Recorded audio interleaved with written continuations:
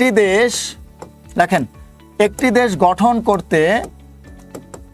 গঠন করতে সীমানা, ঠিক আছে, সীমানা, ধর্ম, ভাষা, সীমানা, ধর্ম, ভাষা ও জাতীয়তা যেমন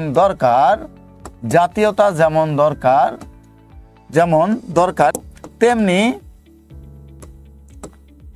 রাজধানী ও নাগরিকত্ব দরকার।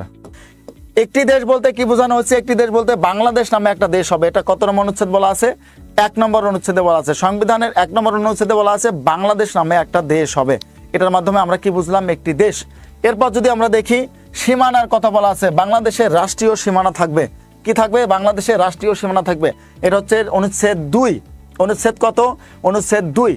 এবং 2 এর কতে বলা আছে, 2 এর ক যদি আমরা বলি, 2 এর কতে বলা আছে বাংলাদেশের একটা ধর্ম থাকবে যার নাম হবে ইসলাম। ভাষা, এই ভাষাটা বলা হচ্ছে 3 নম্বর অনুচ্ছেদ অনুযায়ী। কত নম্বর?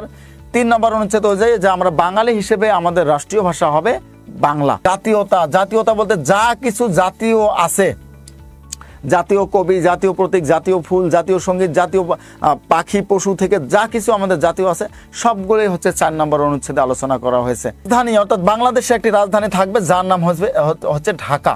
বাংলাদেশে একটি রাজধানী থাকবে যার নাম হবে কি? ঢাকা। এটা 5 নম্বর অনুচ্ছেদে আলোচনা করা হয়েছে। এবং সর্বশেষ আপনাদের যেটা এসেছে বাংলাদেশি, এই বাংলাদেশের নাগরিকগণ 6-1 এ বলা আছে যে বাঙালি হিসেবে কি হবে? জাতি হিসেবে হব বাঙালি 6-1, এবং আমরা জাতীয়তা হিসেবে হব বাংলাদেশি। জাতীয়তা হিসেবে কি হব? আমরা বাংলাদেশি। এটা বলা আছে 6-2-তে।